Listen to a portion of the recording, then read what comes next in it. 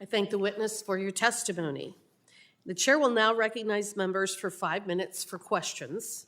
And I will be going first, and I'm going to direct my first question to Mr. Dustin Klatush. You mentioned in your statement that your tribe felt fortunate to have been able to secure enactment of a bill in the 117th Congress to allow the tribe to enter into leases up to 99 years. Was time of the essence in getting that bill passed, and why did the tribe need to get it done during the last Congress?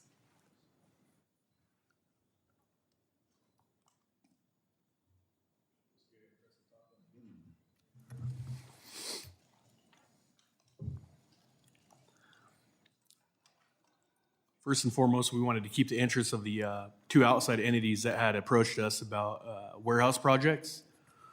The more time that passed, the more likely that outside businesses will lose interest or look elsewhere. Also, we wanted to keep the option open to begin construction during the construction season in our area, which is April to October. Wonderful, thank you for that. I'd like to also question Mr. Rupnick. You testified in favor of establishing a new process for acquiring lands under tribal jurisdiction in restricted fee status. Do you believe that restricted fee land status would be more efficient for the federal government as well as for the tribal governments? Yes, I do. And part of that is that tribes can assume jurisdiction over those lands immediately, and thereby reducing resources needed from the federal government to manage and apply those lands there. Right now, as I stated in my testimony, we had fee status, application for a trust status that took over 14 years to be able to get that done for us to try and enhance our operation, our Class 3 gaming operation. With the federal government, BIA, Department of Interior, going through all the different assessments and everything else and just essentially stonewalling a lot of this stuff, that's what really hinders tribes when they're trying to build economic development within the reservation. So being able to reduce a lot of that paperwork, being able to reduce those areas that are required by oversight from regulations or unneeded regulations would definitely benefit the tribe and help reduce those costs. Thank you. Well, that makes sense, and I'm surprised at the amount of time that you've referenced in your testimony as to what it took to be able to develop and move forward with those projects. Mr. Robinson, in 2016, Congress enacted the Indian Trust Asset Reform Act, which you referred to, and among several things, it authorized a demonstration project in which Indian tribes may be authorized to negotiate to assume management and control of its non-mineral trust assets under a plan approved by the Secretary of Interior. And under the ITERA demonstration project, your tribe took over some forest management activities, I understand. Can you tell the committee specifically what activities this includes and how ITERA works? Yes, thank you for the question. So the forest management activities that the tribe assumed are those same forest management activities that are listed under the National Indian Forest Resource Management Act. So these include things like timber sales, timber permits, prescribed burn plans, forestry enterprise agreements, and other authorities that would generally be approved under the BIA through the National Indian Forest Resource Management Act. And the way that ITARA works is that as tribes assume responsibility under the demonstration project, they're able to take on those authorities that the Bureau of Indian Affairs had been performing on behalf of the tribe.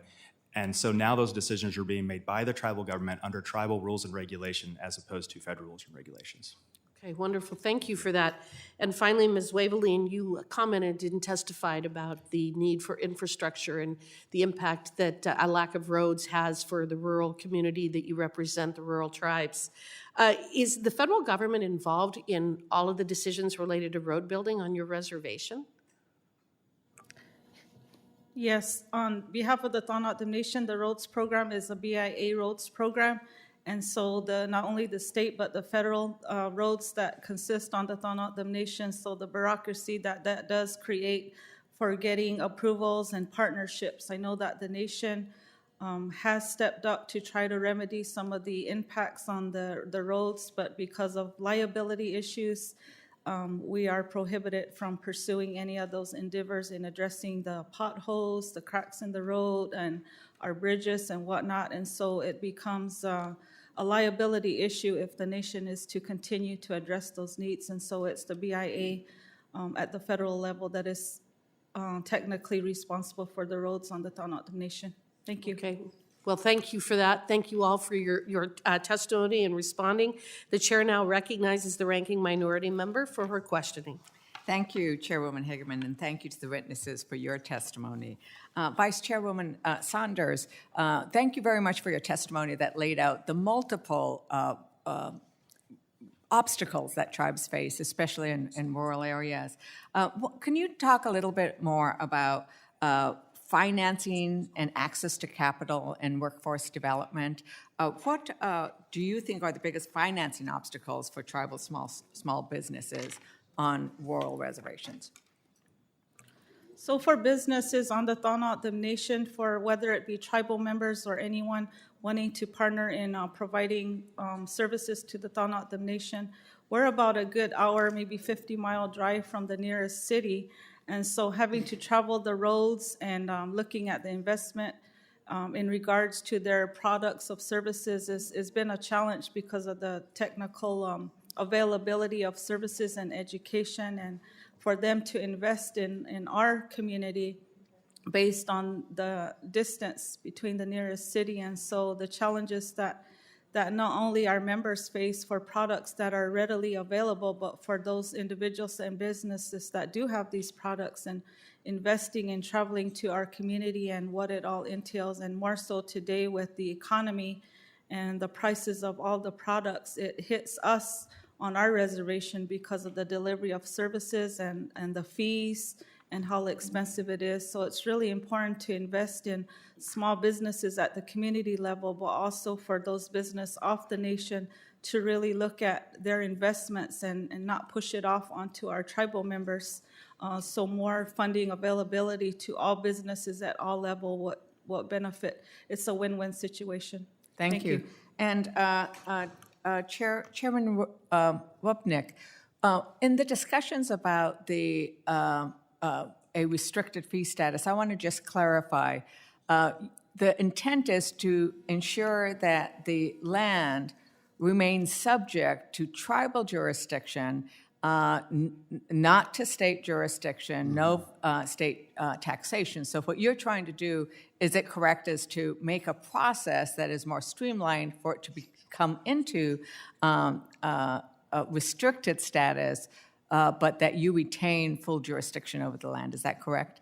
That is correct. When you go through the trust application process, and some of the experience that we have had or realized over the last few years kind of depends on the local jurisdiction and who's elected into there. So when we apply for land into trust, that goes through the state, then the county, and all those different agencies can offer up objections to that, whether that land goes into trust. One of the biggest reasons why is because they realize that land comes off of their tax rolls. So they do everything that they can to make sure that those lands that are held in fee status are still taxable for the longest amount of period of time.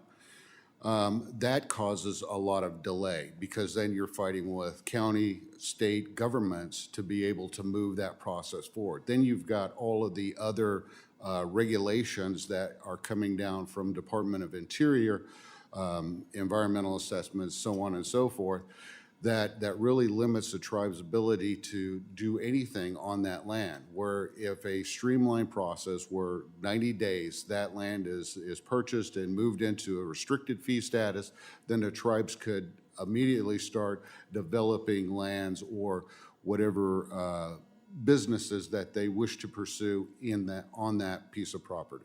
Thank you. And Chairman Klatush, you in your written testimony, you did mention your, because 5 minutes goes real fast, the idea of expanding the Buy Indian Act.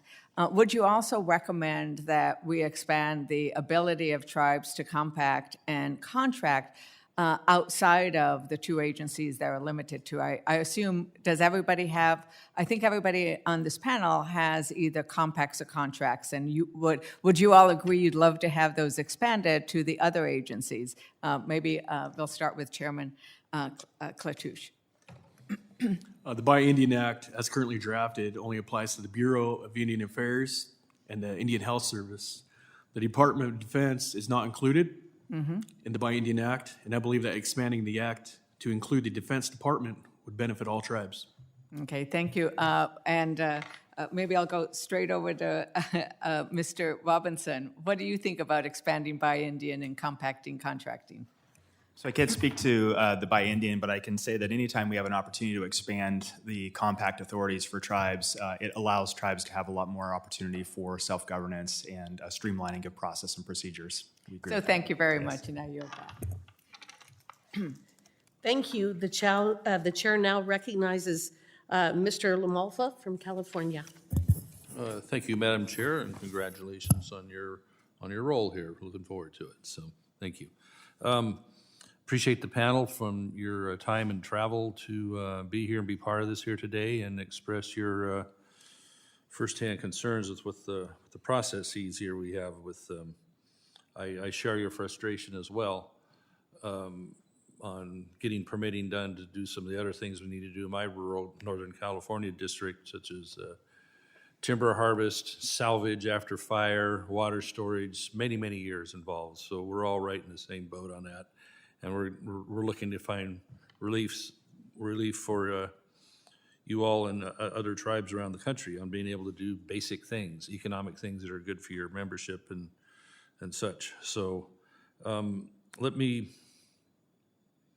and it was expressed a couple times too, the amount of time it takes, and also the effort. Now, we're here to legislate, so it's our job, so we have nothing to complain about, but when an individual tribe, for example, we have cases where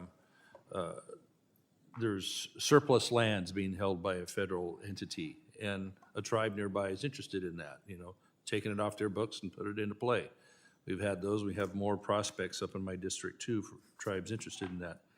But it requires an entire piece of legislation to move at whatever pace it moves through, hopefully within a 2-year cycle in Congress, and that's got to be frustrating because it's year after year after year, or recognition for tribes here that have had their recognition taken away in the past. So I get how frustrating that is, and there needs to be a lot more streamlining to get where you need to go. So, Vice Chairwoman Saunders, you were talking about your lands there in Arizona a little bit, and you have in your purview 734 miles of roads that are under BIA jurisdiction to keep spiffed up, and obviously from your testimony, they're not spiffy. So what kind of progress they make year in, year out, and is there an entity within the tribe, for example? Does the tribe have its own construction company that it could be doing that on its own with the right kind of funding? Thank you for the question. On behalf of the Tohono Nation, we have a BIA roads program. We have a Department of Planning and Economic Development that works hand in hand with the BIA roads program. And so looking to address that, the bureaucracy that it does create for the funding, channeling the funding through the BIA and getting the approvals, the time that in itself takes, but definitely our planning program has really improved in regards to addressing all of the grants that are available, all of the funding cycles that come through year in, year out, the time that it takes to actually get that funding and a contract in place to address the roads on our nation is years behind. And so I know How many miles of road have been done, let's say, in the last 3 years, do you think? Just rough guess. less than 100 miles. Less than 100? Yes. Is that upgrading from perhaps dirt roads and gravels? Maintenance and upgrades, and it's also in collaboration with some funding that came through CPP, because we do have Border Patrol that utilizes our roads as well, and so partnering with them to address and seek funding, but also having to still go through the whole BIA process. Quickly, on your water situation, are you on well water, or Do you draw, I'm not quite sure where you are in proximity. Do you use Colorado River water for any purpose, or are y'all well water, or what's your source? We are part of the Colorado River, but we do have well source on the Tohono Nation that delivers water to all of majority of our communities. Okay, thank you. Let me shift to Mr. Robison from Cow Creek here. What are, we talked about the three different styles of how land can be in fee or trust or a restricted fee. What do you find is going to be the most workable for you long term? You're just up the road from me a little bit, and the various things that you're trying to accomplish economically. What's going to be the best tool for you? Great, thank you for that question. Really, I think having a variety of options on the table for the tribe to select from is important. And so I think, as I said in my testimony today, having restricted fee available for us as an option, which we don't currently have as an option, is something we're very interested in. And one of the challenges is obviously the taxation with the state, but also having additional authorities for us to manage those fee lands and provide potential business opportunities. That's extremely important. Trust lands, as we continue to work through the things like the Indian Trust Asset Reform Act, the Hearth Act, we're able to bring on more regulations and things within the tribal government, which makes things more streamlined, but trust lands continue to be a challenge for us as well, especially getting through the fee to trust process. It's so hard. It's so hard. Yeah. For other three panelists, real fast, yes or no, are all three options really important to you for the other three here? Yes? Yes. Yes, okay. Yes. Thank you. Sorry there's not more time. Thank you, Madam Chair. Yield back. Thank you. The chair now recognizes Ms. Gonzalez-Colon from Puerto Rico. Thank you, Madam Chair, and congratulations on chairing this committee. Happy to be here. And thank you all the witnesses for being here today. I was reading all the information regarding this hearing, and I was very surprised at the multiple levels of restrictions. You got to use your own land.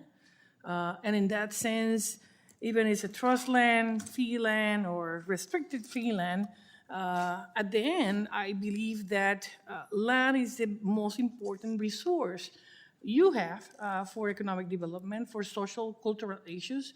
And when you got all those restrictions, there's no way you can succeed. So I'm happy this committee is doing this hearing to see how we can expedite and allow all the tribes to use their land.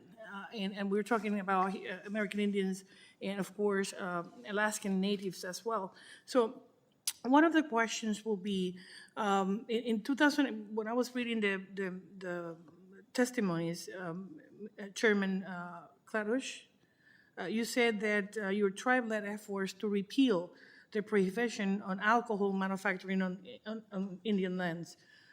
Coming from Puerto Rico, we produce a lot of alcohol and rum, so I know how important that is. So in your testimony, you mentioned that the tribe opened its Talking Cedar Brewery and Distillery in 2020 and during the pandemic. And my question will be how you're dealing with that at this time, and is there something regarding the Buy Indian Act that you're interested in selling products from this distillery to the nearby military base?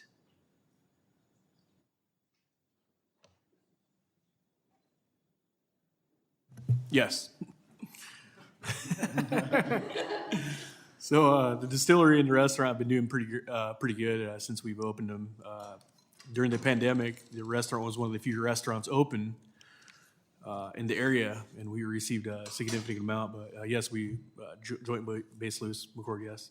And you're working to that end with the military base to sell your products using the Buy Indian Act to get all those products coming from the distillery to that place, right? Yes. Okay. What other challenges you have to create economic development in your lands? For Chehalis, one of the biggest issues is staffing at the Bureau of Indian Affairs. Before, during, and especially after the pandemic, there just aren't enough people in the Northwest regional office to process routine approvals and tasks. Most of the staff continues to telework which for a long period of time, the Northwest Regional Office did not have a contracting officer. So we cannot get our 638 contracts approved. The same goes for approval of business leases, right-of-ways, and other routine matters. Thank you. Mr. Robinson, in your written testimony, you call on this committee to pursue opportunities to expand the use of restricted fee lands across the Indian country, including creating administrative process for this land designation. What should be the proposal, and how expanding the use of those restricted fee lands could help spur economic activity in your areas? What specific things we can do here to allow that growth from happening? Great, I appreciate that question. So I think one of the things that we need to look at is how do we give access to this restricted fee classification to all tribes as a tool in their toolbox to manage fee lands subject to, or limited, without having the tax burden and without alienation, right?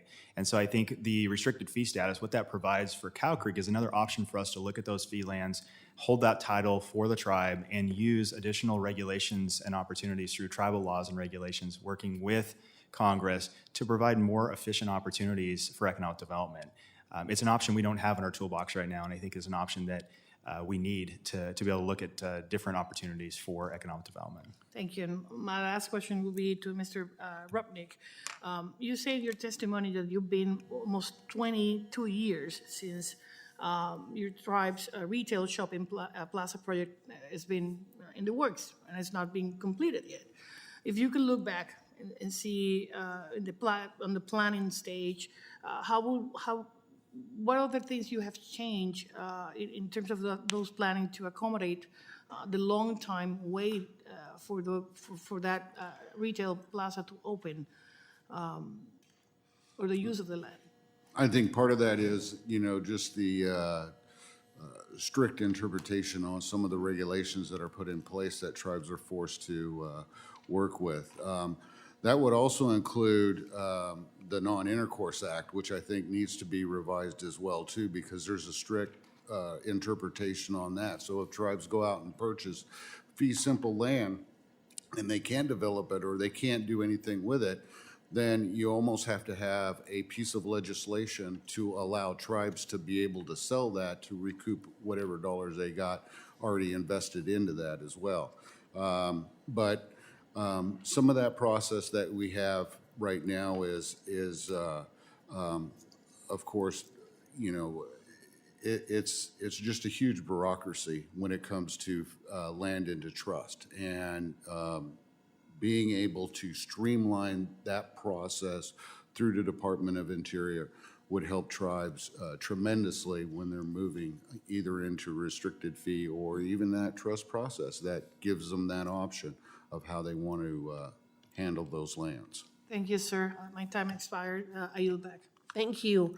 The chair now recognizes Ms. Stansberry from New Mexico. All right. Well, good morning, everyone, and thank you, Madam Chairwoman. I also want to congratulate you on your chairmanship and welcome you to the committee, and also to the ranking member and my sister from New Mexico. And also, I want to welcome all of our tribal leaders who are here, not only on the panel, but in the audience and also tuning in today. Thank you for traveling, and thank you for being here with us today. I'm Melanie Stansbury, and I represent New Mexico's 1st Congressional District, which is proudly home to a number of tribes and pueblos in New Mexico. New Mexico, of course, is home to 23 federally recognized tribes and pueblos. And the first thing that I want to just acknowledge is that while we're here to talk about economic development opportunities, our tribes and pueblos are already economic powerhouses in New Mexico and are, in fact, among some of the largest employers and generators of income in the state. In fact, amongst our tribes and pueblos, 19 of our 19 pueblos generate over $500 million in revenue alone every year in our state and employ over 11,000 people statewide. These enterprises are vital not only to our tribal communities, but also to our local and regional and state economies, and are primary sources of funding for tribal governments, as our tribal leaders know here, to fund vital services, including emergency services, roads, elder support, and so much more. I also want to just take a moment to highlight a couple of the pueblos and tribes that are in our district, in the 1st Congressional District. In particular, Sandia Pueblo, which is just north of Albuquerque, which is my hometown, employs thousands of residents living in the Albuquerque area and has quite a diversified economic portfolio. And Mescalero Apache in the southern portion of my district operates an amazing set of enterprises around the hospitality and ski businesses, as well as a number of other major enterprises in southern New Mexico. But as I was listening to the testimony this morning and also reading your testimony, I was struck by the number of barriers that still obviously are presented to so many of our tribal nations in terms of self-determination and nation building that extend far beyond even the conversation that we've had here today. And so, Madam Chairwoman, while we have made a number of huge steps forward in passing the bipartisan infrastructure law, which made massive investments, hundreds of millions of dollars of investments that have not yet hit many of our communities in terms of roads, water, broadband, and as well as the Inflation Reduction Act, which will bring a lot of money for energy infrastructure, water infrastructure. And we know that Secretary Deb Haaland and our president have made a strong commitment to tribal consultation, nation building, and economic investment. I was particularly struck by Chairwoman Saunders' testimony about the many and multivariate barriers, whether it's infrastructure, broadband, all of these things. So I want to just do a quick lightning round for all of our panelists because we do have limited time. You've presented testimony to us today, and I'm going to put you each on the spot. This is an opportunity to present to all of us and to the country. If there was one thing that you could do in Congress that you personally think would have a major impact on economic development in your communities or across our tribal nations, what would it be? And I'll start with Mr. Klatush. Yeah. The Buy Indian Act. Okay, and Mr. Rupnick? There's a couple of things, one of them is dual taxation. I know that isn't a area for this committee here too, but restricted fee, allowing nations more tools in their toolbox to be able to use the land as they best see fit. Thank you. Vice Chairwoman? I would say the additional funding for resources for technical assistance and providing education and really looking at the different ways of the bureaucracy such as BIA and just the process in itself to try to streamline those timeframes and the processes in itself for the benefit of all. Thank you. And Mr. Robinson? Great, thank you for the question. I really think continuing to promote self-governance and tribal sovereignty by allowing tribes to manage their lands and resources according to tribal laws and regulations and tribal policies to meet tribal goals and objectives. All right. Well, I'm amazed that we got through everyone. Obviously, this is just the first chapter of hopefully many conversations about hopefully bipartisan legislation we could advance to help support our tribal nations. So we appreciate you being here today, and thank you, Madam Chairwoman. Thank you. And I want to thank the witnesses for your incredibly valuable testimony and the members for their questions. Thank you for being here today. The members of the committee may have some additional questions for the witnesses, and we will ask you to respond to these in writing. Under Committee Rule 3, members of the committee must submit questions to the committee clerk by 5 p.m. on Friday, March 3rd, 2023. The hearing record will be held open for 10 business days for those responses. If there is no further business, without a... Second round of questions?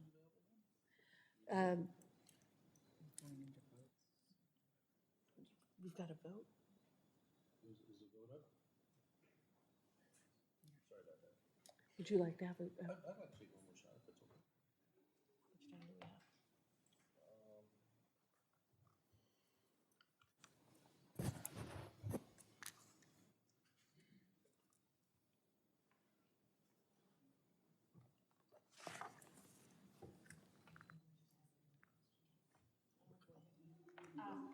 Mr. Lamalfa from California does have a follow-up question. Thank you. Thanks for the indulgence on that. We've got you here, so I'd like the opportunity for follow-up.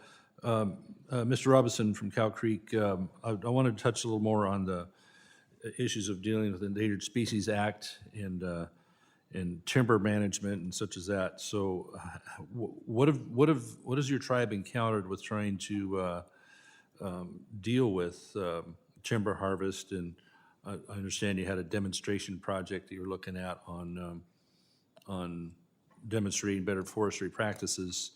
So what has the spotted owl species, for example, brought as part of inhibiting your process there? Thanks. The great question. Under ITARA, we have allowed, so we've taken over all the authorities from the Bureau of Indian Affairs. So as far as the spotted owl, we actually do on-site monitoring and management of spotted owls under our tribal authorities. We have a tribal environmental review process that we follow now, as opposed to the National Environmental Policy Act. And for our ESA compliance, because we have assumed the federal responsibility, we no longer follow Section 7 of the Endangered Species Act. We actually fall under Section 9, the take avoidance. So we use a very comprehensive take avoidance strategy. We also have the opportunity to develop a species conservation plan working with the services on tribal lands. So really, as we look at tribal land management under ITARA for the tribe, things have actually gotten quite easier.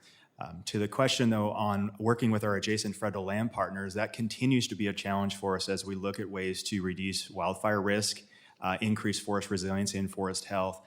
We have to find a way to work around the Endangered Species Act and other environmental laws that are set in place for obviously good reasons, but can be challenging and cumbersome to actually get good work done on the ground to enhance those resources.